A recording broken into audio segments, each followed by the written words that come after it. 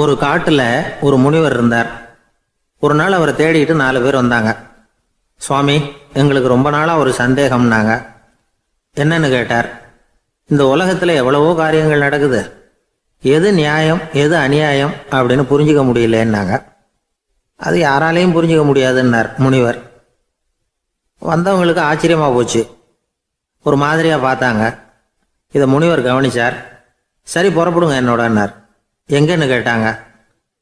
இப்போ உங்க 4 பேரையும் ஒரு புஷ்பக விமானத்தில் அழைச்சிட்டு போறேன். இந்த உலகத்தில் சர்வசாதாரணமாக நடக்கக்கூடிய ஒரு காட்சியை உங்களுக்கு காட்ட போறேன். நீங்க பார்க்க போற அந்த காட்சி நியாயமா அநியாயமா அப்படிங்கிறத என்கிட்ட சொல்லணும்.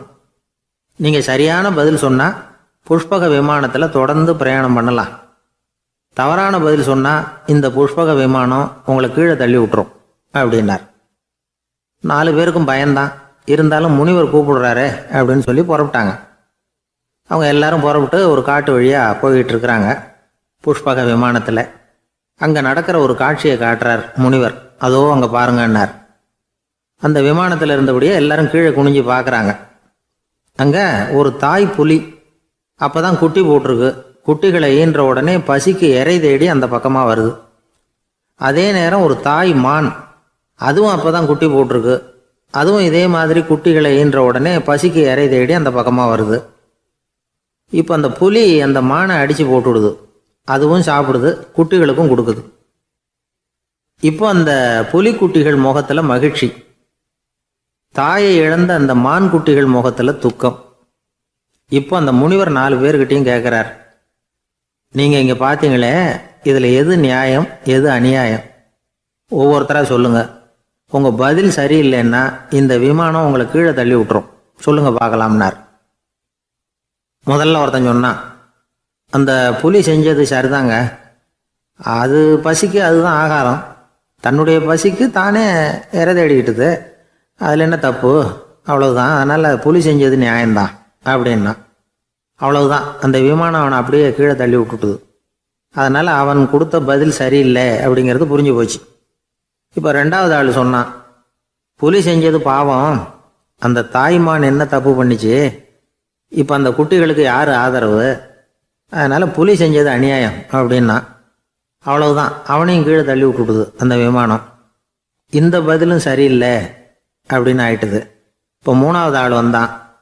முதல்ல 2 பேர் கீழே விழுந்ததை பார்த்துக்கிட்டு இருந்தான். அதனால் அவன் சொன்னான், ரெண்டுமே நியாயம்தாங்க. புலி இறை தேடினதும் இயற்கை, அதுக்கு மான் இறையானதும் இயற்கை. அதனால் இதில் ஒன்றும் தப்பு இல்லைன்னா. அவ்வளவுதான், அவனையும் அந்த விமானம் கீழே பிடிச்சி தள்ளி விட்டுது. இப்போ 4வது ஆள் வந்தான். முனிவர் கேட்டார், நீயாவது சொல்லுப்பா, இந்த செயலில் எது நியாயம்னார். அவன் தெளிவாக பதில் சொன்னான். அதாவது என்ன சொன்னான்னா, எனக்கு தெரியல அப்படின்னா. அவனை விமானம் கீழே தள்ளலை, சௌரியமாக அழைச்சிட்டு போட்டுது. இவனும் பிரயாணம் சௌக்கியமாக பண்ணானான். ஆக இதுதான் சரியான பதிலுங்கிறத முனிவர் உணர்த்தினார். இந்த கதையிலிருந்து நாம் புரிஞ்சுக்க வேண்டியது என்னன்னா, இந்த உலகத்தில் எவ்வளவோ காரியங்கள் நடக்குது. அதெல்லாம் ஏன் அப்படி நடக்குதுங்கிறதுக்கு எப்பேற்பட்ட பண்டிதராலும் பதில் சொல்ல முடியாது. தெரியாததை தெரியாதுன்னு ஒத்துக்கிட்டா வாழ்க்கை பிரயாணம் சுகமாக இருக்கும். அதனால் தேவையில்லாத விஷயங்களை புரிஞ்சுக்கிறதுக்கு நேரத்தை செலவு பண்ணிகிட்டு இருக்கக்கூடாது. வாழ்க்கையை குழப்பிக்க கூடாது. வாழ்க்கைக்கு தேவையானது என்னவோ அதை மட்டும் புரிஞ்சுக்கிட்டா போதும். இந்த காலத்து ஆள் ஒருத்தன் ஒரு பெரியவரை தேடி வந்தான். ஐயா, ஒரு சந்தேகம்னா. என்ன உன்னுடைய சந்தேகம்னார். பகுத்தறிவுன்னா என்ன, விதின்னா என்ன அப்படின்னு கேட்டான். இதுக்கு அவர், இப்போ உன்னுடைய வலது காலை தூக்குன்னார். தூக்கினான். சரி, இப்போ உன்னுடைய வலது காலை கீழே இறக்காம உன்னுடைய இடது காலையும் தூக்குன்னார். தூக்கினான். பொத்துன்னு கீழே விழுந்துட்டான். பெரியவர் சொன்னார், உன்னால் ஒரு காலை தூக்க முடிஞ்சுது, அதுதான் பகுத்தறிவு. 2 கால்களையும் ஒரே சமயத்தில் தூக்குனா அடிபடும், அப்படிங்கிறது தான் விதி அப்படின்னு விளக்கம் கொடுத்தார். இவன் தன்னுடைய விதியை நொந்துக்கிட்டே இடுப்பை பிடிச்சிக்கிட்டு அங்கேருந்து நடந்து போயிட்டானான். ஒரு ஊரில் ஒரு மன்னன் இருந்தான், கொடுங்கோல் மன்னன். நிறைய தொந்தரவு பண்ணிக்கிட்டு இருந்தான். அவன் ஒரு தடவை என்ன பண்ணான் தெரியுமா? ஒரு தப்பும் பண்ணாத ஒரு இளைஞனை பிடிச்சி ஜெயிலில் அடைச்சுட்டான். அந்த பையனோட சொந்தக்காரங்கள்லாம் ராஜா கிட்ட போனாங்க. அவன் ஒரு தவறும் பண்ணலை, அவனை விடுதலை பண்ணுங்க அப்படின்னு கெஞ்சி கேட்டுக்கிட்டாங்க. மன்னன் யோசனை பண்ணான். அந்த இளைஞனை கூப்பிட்டுக்கிட்டு வர சொன்னான். அவனை கொண்டாந்து ராஜா முன்னாடி நிறுத்தினாங்க. இதை பாருப்பா, உன்னை நான் விடுதலை பண்ணுவேன், ஆனால் ஒரு கண்டிஷன். அந்த நிபந்தனையை நீ நிறைவேற்றினா உனக்கு விடுதலை அப்படின்னா மன்னன். சரின்னு ஒத்துக்கிட்டான் பையன். மன்னன் வந்து கண்டிஷன் என்னங்கிறத சொன்னான். உங்ககிட்ட ஒரு செம்மறி ஆட்டை கொடுக்க போகிறேன், 1 மாதத்துக்கு அதுக்கு தேவையான தீனியையும் கொடுக்க போகிறேன். 1 மாதம் கழித்து அந்த ஆட்டை வந்து எடை போட்டு பார்ப்பேன். அந்த ஆட்டின் எடை கொஞ்சம் கூட கூடி இருக்கக்கூடாது. எடை கூடி இருந்தால் உனக்கு விடுதலை கிடையாது. என்ன சொல்கிற அப்படின்னா. பையனுக்கு ஒன்றும் புரியல, பயமாக போயிட்டுது. குழம்பிக்கிட்டே நின்றுக்கிட்டு இருக்கிறான். சரி, ஒரு நாள் டைம் தரேன், நல்லா யோசனை பண்ணி பார்த்துட்டு நாளைக்கு உன் முடிவை சொல்லு அப்படின்னா மன்னன். பையன் கவலையோடு வெளியில் வந்தான். அங்கே ஒரு பெரியவர் நின்றுக்கிட்டு இருந்தார். அவர்கிட்ட விஷயத்தை சொன்னான். அந்த பெரியவர் இந்த பையனுக்கு காதோட காதாக ஒரு வழியை சொல்லி கொடுத்தார். அதை கேட்டதும் பையன் மறுபடியும் மன்னன் முன்னாடி வந்து நின்னா, உங்கள் நிபந்தனையை ஏற்றுக்கிறேன்னு சொன்னான். மன்னன் வந்து ஒரு ஆட்டுக்குட்டியையும் அதுக்கு 1 மாதத்துக்கு தேவைப்படுற தீவனத்தையும் கொடுக்கும்படியாக உத்தரவு போட்டான். கொடுத்தாங்க, ஓடிட்டு போயிட்டான். 1 மாதம் தினமும் தவறாமல் அந்த தீவனத்தை ஆட்டுக்குட்டிக்கு போட்டுக்கிட்டு இருக்கிறான். 1 மாதம் கழித்து அந்த ஆட்டை வந்து அரண்மனைக்கு ஓட்டிகிட்டு போனான். மன்னன் அதை எடை போட்டு பார்க்குறான், எடை கூடவே இல்லை, அப்படியே தான் இருக்குது. உடனே போட்ட நிபந்தனைப்படி அந்த இளைஞனை வந்து விடுதலை பண்ணிவிட்டான். சரி, ஆட்டுக்கு எடை கூடாமல் இருக்கிறதுக்கு அந்த பெரியவர் சொல்லி கொடுத்த யோசனை என்ன அப்படின்னா, அது வேற ஒன்றும் இல்லை. அந்த ஆட்டுக்கு எதிரில் அது கண்ணில் படுற மாதிரி ஒரு ஓநாயை கட்டி போட சொன்னார். அவ்வளவுதான். ஆட்டுக்கு ஓநாய்ங்கிறது பிறவி பகை. ஓநாயை பார்த்தா ஆடு நடுங்க ஆரம்பிச்சிரும், அவ்வளவு பயம். தினமும் அந்த ஆடு பயந்துக்கிட்டே தீனி சாப்பிட்டுது, எடை கூடல. அதுதான் ரகசியம். இது வந்து சின்ன பிள்ளைங்களுக்கான ஒரு கதை. இதிலேருந்து தெரிஞ்சுக்க வேண்டிய உண்மை என்னன்னா, நாமெல்லாம் சாப்பிட்றப்ப மனசும் உடம்பும் அமைதியாக இருக்கணும். அப்போ தான் அது உடம்புல விட்டும். அவசரத்துலையும் பயத்துலையும் சாப்பிட்டா அது சரியா ஜீரணமாகாது. இன்னொரு ராஜா இருந்தார். அவரும் ஒரு இளைஞனை ஜெயிலில் அடைச்சி விட்டார். விடுதலை பண்ணணும்னா ஒரு கண்டிஷன்னார். என்னன்னு கேட்டான். ஒரு ஆட்டுக்குட்டியை அவன் முன்னாடி கொண்டாந்து நிறுத்துவேன், நீ அதுக்கிட்ட ஒரு கேள்வி கேட்கணும், அதுக்கு சரியான பதிலை சொல்லணும். அப்படி செஞ்சுட்டா உனக்கு விடுதலைன்னார். இளைஞன் யோசனை பண்ணி பார்த்தான். சரின்னு ஒத்துக்கிட்டான். அது பிரகாரமே ஆட்டுக்குட்டியை பதில் சொல்ல வச்சுட்டான். என்ன நடந்தது தெரியுமா? ஆட்டுக்குட்டியை கொண்டாந்து நிறுத்தினாங்க. இவன் மெதுவாக அதுக்கிட்ட போனான். அது காதுகிட்ட போய் ஏப்ரலுக்கு அடுத்த மாதம் என்ன மாதம்னு கேட்டான். அது உடனே மேன்னு கத்திச்சு. இவன் விடுதலை ஆயிட்டான். நாட்டில் நல்லவங்க ஒருத்தர் 2 பேர் இருக்கிறதுனால தாங்க மழையே பெய்யுது அப்படின்னு சொல்கிறது உண்டு. நல்லார் ஒருவர் உளரேல் அவர் பொருட்டு எல்லாருக்கும் பெய்யும் மழை. சில சமயம் ரொம்ப பேர் திடீர்னு நல்லவங்களாகிடுவாங்க போல இருக்கு. அதனால தான் விடாமல் பேய் மழையாக கொட்டி தீர்த்துடுது. எல்லாரும் நல்லவங்களாகிட்டா உலகமே தாங்காது போல இருக்க. அப்பப்போ ஒருத்தர் 2 பேர் நல்லவங்களாகணும். அப்போ தான் சீராக மழை பெய்யும். மாதத்துக்கு 3 பேர் நல்லவங்களானா மாதம் மும்மாரி பொழியும். இதெல்லாம் வேடிக்கை பேச்சு. இப்போ இதெல்லாம் ஒரு பக்கம் இருக்கட்டும். இப்போ விஷயத்துக்கு வருவோம். ஒரு கும்பலில் நல்லவன் யார் அப்படிங்கிறத எப்படி கண்டுபிடிக்கிறது? இதுக்கு ஒரு வேடிக்கை கதை உண்டு. என்னுடைய நண்பர் ஒருத்தருக்கு அவங்க பாட்டியம்மா சொன்ன கதையும் அது. அது என்ன கதைன்னா, ஒரு ஊரில் ஒரு சமயம் பலமான மழை பெய்ய ஆரம்பிச்சுட்டு தான். இடி மின்னல் ரொம்ப கடுமையாக இருந்திருக்குது. ஆரம்பித்த மழை வர வர கடுமையாக ஆகிட்டு இருக்குதே தவிர நிற்கிற பாடாக தெரியல. ஊர் ஜனங்கள்லாம் பார்த்தாங்க. இதுக்கு மேலேயும் வீட்டு உள்ள இருந்தால் ஆபத்துங்கிறத புரிஞ்சுக்கிட்டாங்க. ஏன்னா வீடெல்லாம் இடிஞ்சி விழுந்துருமோங்கிற பயம். உடனே எல்லாரும் புறப்பட்டு ஊருக்கு பொதுவாக இருந்த ஒரு மண்டபத்தில் போய் தங்கிக்கிட்டாங்க. மின்னல் கடுமையாக இருந்தது. இடி எந்த நேரத்துலையும் விழலாம்ங்கிற நிலைமை. எப்போ விழலாம்னு பார்த்துக்கிட்டு இருக்குது. அந்த மண்டபத்தில் இருந்த ஜனங்கள் மனசுக்குள்ள ஒரு பயம். நம்ம கூட்டத்தில் யாராவது ஒரு கெட்டவன் பாவம் பண்ணவன் இருந்தால் கூட இடி வந்து இந்த மண்டபத்தில் விழுந்துரும், அது எல்லாருக்கும் ஆபத்து அப்படின்னு நினச்சாங்க. சரி, இதுக்கு என்ன பண்ணலாம் அப்படின்னு யோசனை பண்ணாங்க. அந்த கூட்டத்தில் ஒரு பெரியவர் இருந்தார். அவர் ஒரு யோசனை சொன்னார். இதை பாருங்க, அதுக்கு ஒரு வழி இருக்குது.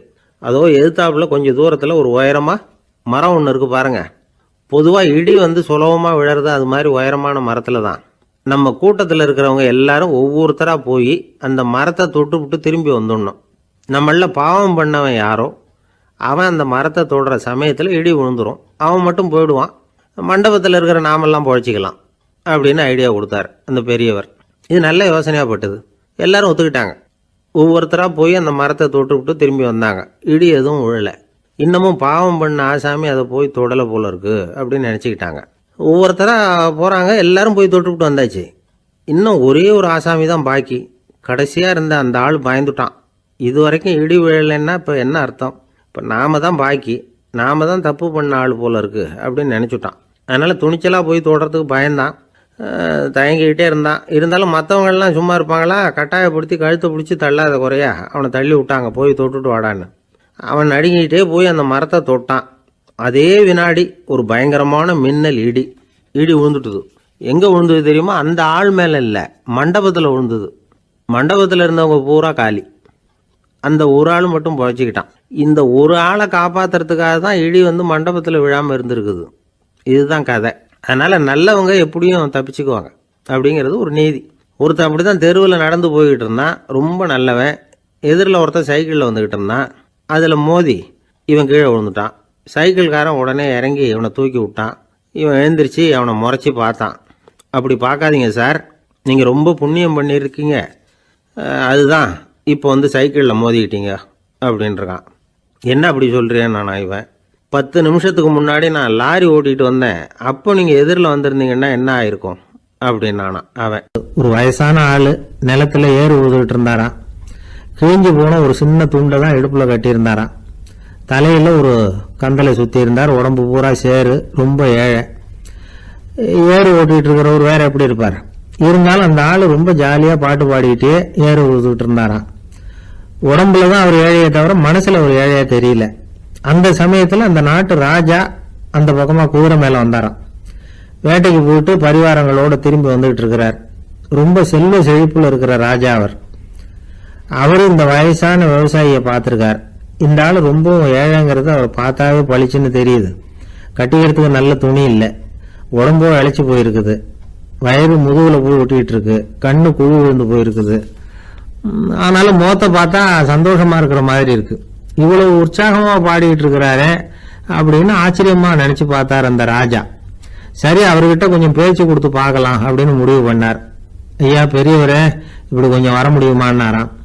பொழுது போறதுக்குள்ள நான் இந்த வயல் பூரா உழவு ஓட்டி ஆகணும், அதனால பேசுறதுக்கு நேரம் இல்லை அப்படின்னாராம் அந்த பெரியவர். என்ன அவ்வளவு அவசரமா? மீதி இருந்தா நாளைக்கு உழுதக்கூடாதா? அது சரி, உனக்கு எத்தனை ஏக்கர் நிலம் இருக்கு அப்படின்னு விசாரிச்சிருக்கார் ராஜா. எனக்குன்னு சொந்தமா உள்ளங்கை அளவு கூட நிலம் கிடையாது, இது எங்க முதலாளியோட நிலம். இதை பூராவும் உழுது முடிச்சாதான் அவர் கூலி கொடுப்பார். நான் கூலிக்கு உழுதுகிட்டு இருக்கிறேன், உங்ககிட்ட பேசிக்கிட்டு இருந்தா அவருக்கு துரோகம் பண்ணது மாதிரி ஆயிடும் அப்படின்னாராம். ராஜா குதிரையை விட்டு கீழே இறங்கினார். வரப்புல நடந்து அந்த பெரியவர்கிட்டயே போனாராம். சரி, ஒரு நாள் பூரா உழுதான் உனக்கு எவ்வளவு கூலின்னு கேட்டிருக்கார். 8 அணா கூலி கிடைக்கும்னாராம் அவர். இது ரொம்ப காலத்துக்கு முன்னாடி நடந்த ஒரு சம்பவங்கிறதுனால அப்ப 8 அணா கூலிங்கிறது ரொம்ப பெருசு. இருந்தாலும் அதுவும் அந்த ராஜாவுக்கு பெரிய கூலியா தெரியல. இவ்வளவுதானா, இதை வச்சுக்கிட்டு நீ எப்படி காலம் தள்ளுற அப்படின்னாராம். ஒன்னும் கவலை இல்லை அப்படின்னாராம் அவரு. ராஜாவுக்கு ரொம்ப ஆச்சரியமா போச்சு. 8 அணா கூலி வாங்குற இந்த ஆளு கவலை இல்லாம இருக்கிறார், ஏராளமான வசதியோட இருக்கிறன்னா கவலை இல்லாம வாழ முடியலையே அப்படின்னு நினைச்சு பார்த்திருக்கார். அது சரி, 8 அணாவில் எப்படி குடும்பம் நடத்துற அப்படின்னு கேட்டாராம். எனக்கு கிடைக்கிற 8 அணாவில் 2 அணா குடும்பத்துக்கு செலவழிக்கிறேன், 2 அணா பழைய கடனுக்கு கொடுக்குறேன், 2 அணா வந்து தர்மம் செய்யறேன், 2 அணா வட்டிக்கு கொடுக்குறேன், ஒரு குறையும் இல்லைன்னாராம். ராஜாவுக்கு ஒன்றும் புரியல. எனக்கு ஒன்றும் புரியலேன்னு இருக்காரு. ஐயா, எனக்கும் என் மனைவிக்கும் 2 அணா செலவாகுது. வயசான அம்மா அப்பா இருக்கிறாங்க, சின்ன வயசுல என்னை காப்பாத்தினவங்க அவங்க. அந்த கடனுக்கு 2 அணா செலவாகுது, அது பழைய கடன். என் தங்கச்சி ஒருத்தி ஆதரவு இல்லாத நிலைமையில தன்னுடைய மகனோட என் வீட்டுல வந்து இருக்கிறா, அவளுக்கும் அவள் மகனுக்கும் 2 அணா செலவு பண்றேன், அது தர்மம். எனக்கு 2 பிள்ளைங்க இருக்கிறாங்க, அவங்களுக்கு 2 அணா செலவு பண்றேன், அது வட்டிக்கு கொடுக்கறது மாதிரி. பிற்காலத்துல அவங்க எங்களை காப்பாத்துவாங்க.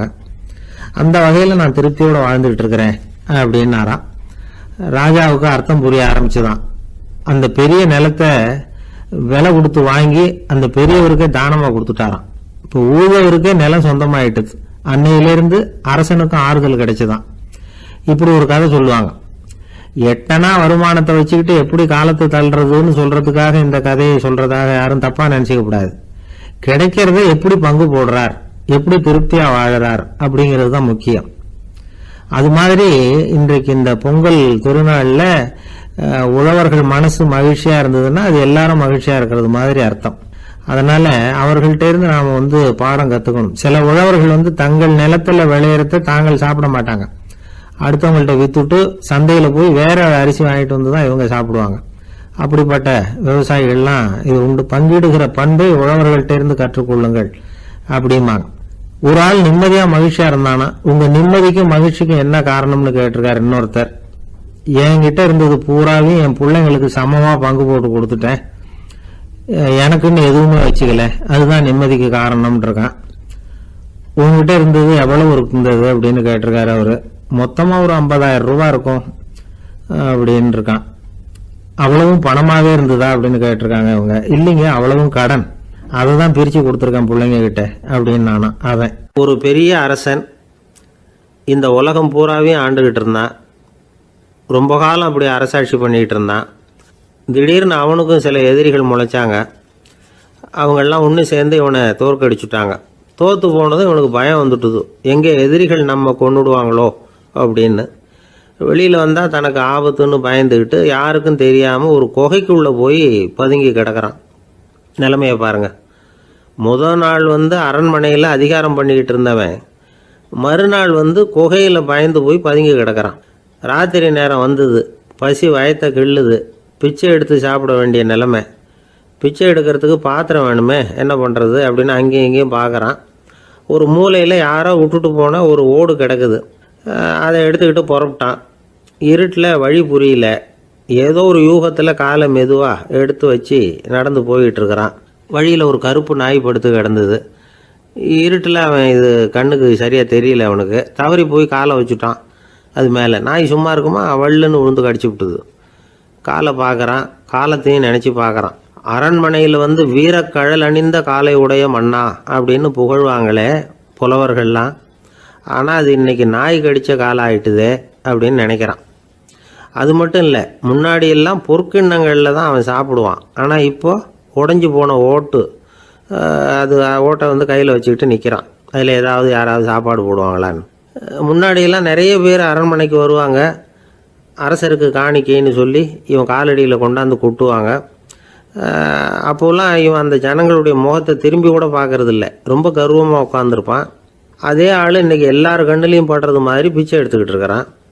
அப்போலாம் காணிக்கைகளை தன்னுடைய கையால் வாங்கிறது தனக்கு கௌரவ குறைச்சல்னு நினச்சி தன்னுடைய வேலைக்காரங்களை விட்டு தான் அதை வாங்க சொல்லுவான். இப்போ பார்த்தீங்கன்னா அவனே தன் கையாலேயே பிச்சை வாங்குறான்.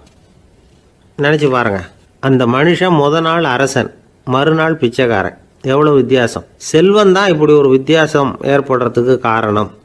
அப்படிப்பட்ட செல்வம் வாழ்க்கையை நடத்துறதுக்கு நமக்கு தேவை தான்.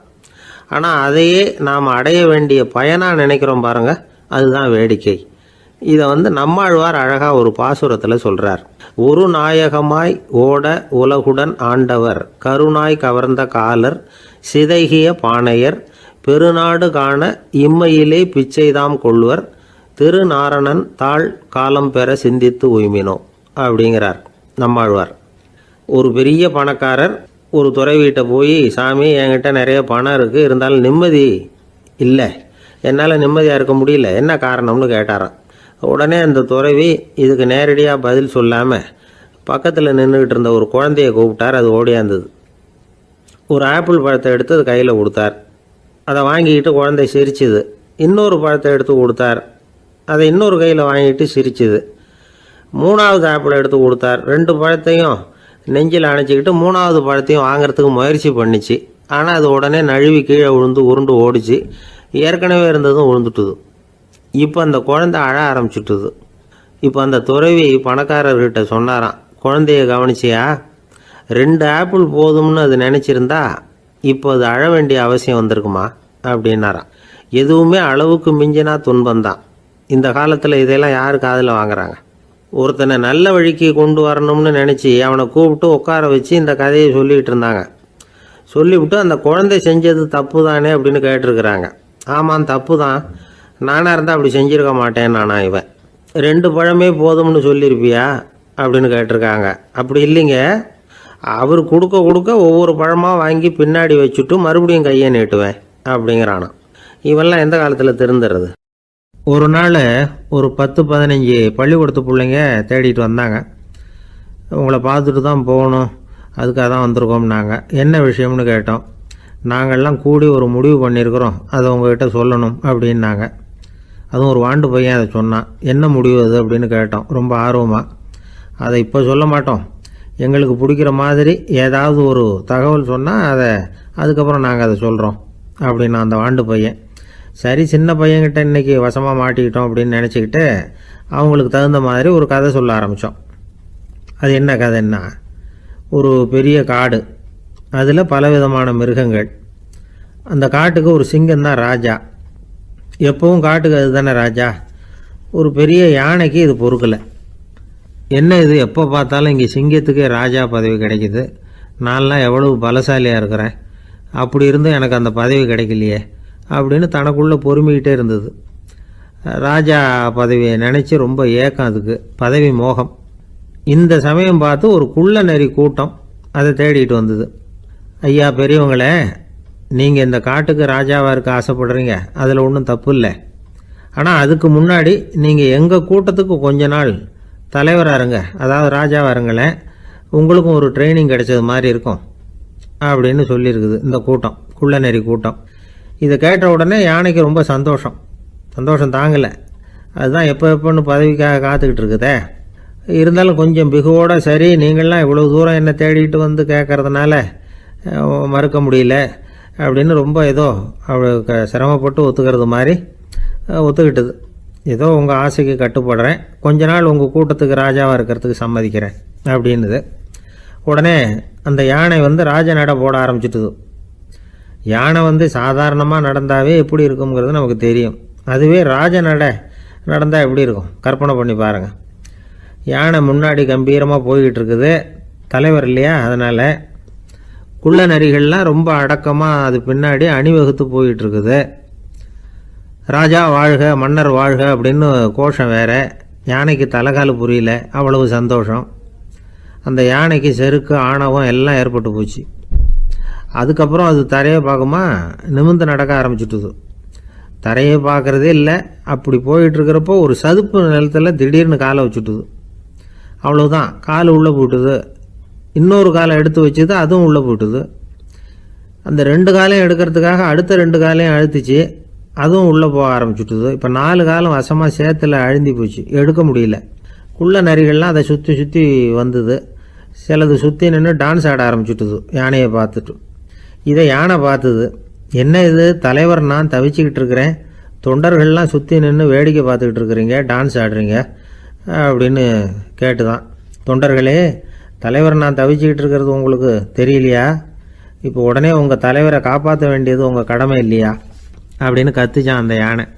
குள்ள நரிகளில் ஒன்று முன்னாடி நின்று அந்த யானையை பார்த்து தான், தலைவரே எங்களுக்கு ரொம்ப நாளாக ஒரு ஆசை, அந்த ஆசையை நிறைவேற்றிக்கிறதுக்காகத்தான் உங்களை எங்கள் தலைவராக ஏற்றுக்கிறோம்னு சொன்னோம் அப்படின்னு தான். என்ன ஆசைன்னு கேட்டிருக்கு யானை. யானை கறி சாப்பிட்டு பார்க்கணுங்கிறது எங்களுக்கு ரொம்ப நாளாக ஆசை, அது இன்றைக்கி தான் நிறைவேற போகுது அப்படின்னு தான் அந்த நரி. இதை கேட்ட உடனே அந்த யானை அப்படியே மூர்ச்சி ஆகிட்டு தான். நரிகள்லாம் அது மேலே ஏறி குதற ஆரம்பிச்சுட்டு தான். பதவி மேலே இருந்த பேராசை அந்த பலசாலியான யானையையே மாட்டி விட்டுட்டுது பார்த்தீங்களா அப்படின்னு சொல்லி முடித்தோம் இந்த கதையை அந்த சின்ன பிள்ளைங்கக்கிட்ட. சரிங்க, இப்போ நாங்கள் உங்களை தேடி வந்த விஷயம் என்னங்கிறத சொல்லவா அப்படின்னா ஒரு வாண்டு பையன். சீக்கிரம் சொல்லு தம்பி, சஸ்பென்ஸ் தாங்கலை அப்படின்னோம். அவன் மெதுவாக எங்களை பார்த்து சொல்கிறான், எங்களுக்கு கொஞ்ச நாள் நீங்கள் தலைவராக இருந்தால் தேவலை அப்படின்னா. ஒரு ஊரில் ஒரு குரு இருந்தார், ஜென் குரு. அவரை தேடிட்டு ஒரு மன்னர் வந்தார். வந்தவர் ஜப்பான் மன்னர். தோட்டக்கலையை பற்றி தெரிஞ்சுட்டு போகிறதுக்காக அவர் வந்தார். எப்படி தோட்டம் அமைக்கிறது அப்படிங்கிறத பற்றி அந்த குரு விவரமாக சொல்லி கொடுத்தாரு. 1 நாள் 2 நாள் இல்லை, 3 வருஷம் கற்றுக் கொடுத்தார். அதுக்கப்புறம் சொன்னார், நான் கற்றுக் கொடுத்துட்டேன், இனிமேல் நீங்கள் போகலாம், போய் தோட்டம் அமைக்கலாம், அதுதான் உங்களுக்கு பரிசை. தோட்டம் அமைச்ச பிறகு சொல்லி அனுப்புங்க, நான் வந்து பார்க்குறேன்.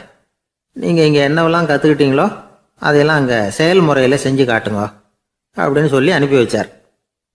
மன்னர் போனார். அரண்மனைக்கு பக்கத்திலே ஒரு பெரிய தோட்டத்தை உண்டு பண்ணினார். அழகான மரங்களையும் செடிகளையும் உருவாக்கினார்.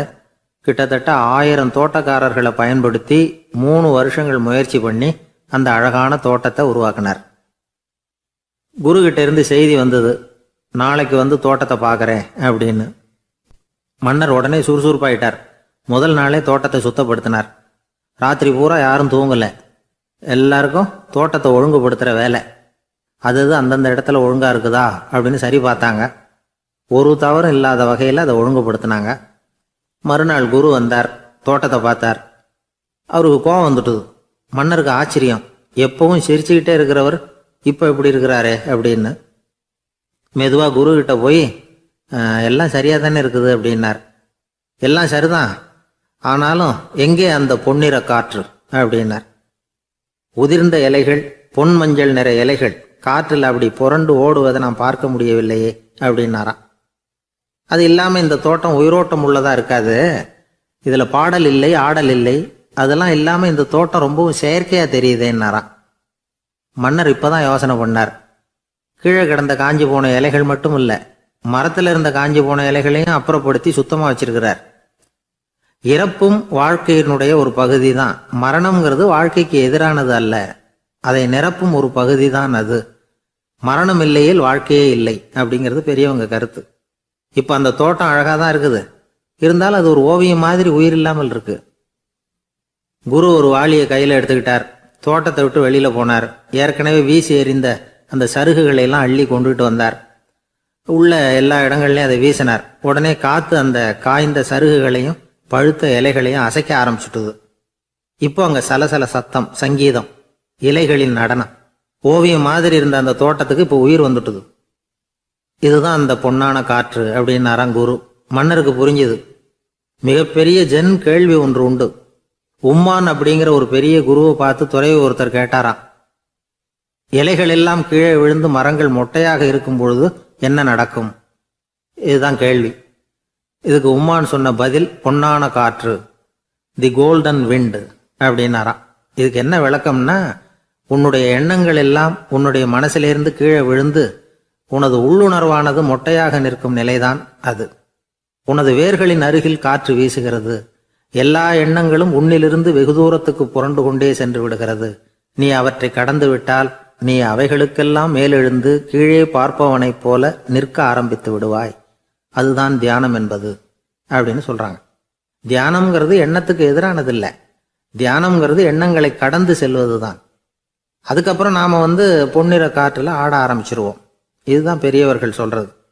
என்கிட்ட ஒருத்தர் தோட்டம் அமைக்கணும்னு யோசனை கேட்டு வந்தார். எல்லாம் சொல்லி கொடுத்தேன். செடிகள்லாம் செழிப்பா வளரணும்னா வேர் காயாம பார்த்துக்குங்க, தினமும் தண்ணி விடுங்க அப்படின்னு சொல்லி அனுப்பி வச்சேன். ஒரு மாசம் கழிச்சு ஒரு தோட்டத்தை பார்க்கறதுக்காக போனேன். போய் பார்த்தா எல்லா செடியும் வாடி கிடக்குது. என்னங்க இப்படி பண்ணிவிட்டீங்கன்னு.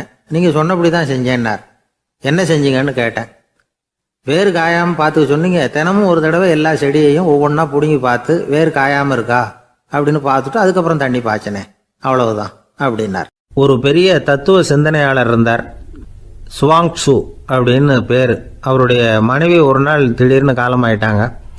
ஐயோ பாவம், அவர் ரொம்ப வருத்தப்படுவார், போய் ஆறுதலாக 4 வார்த்தை பேசிவிட்டு வரலாம் அப்படின்னு நினச்சிக்கிட்டு நிறைய பேர் அவரை தேடிட்டு வந்தாங்களாம்.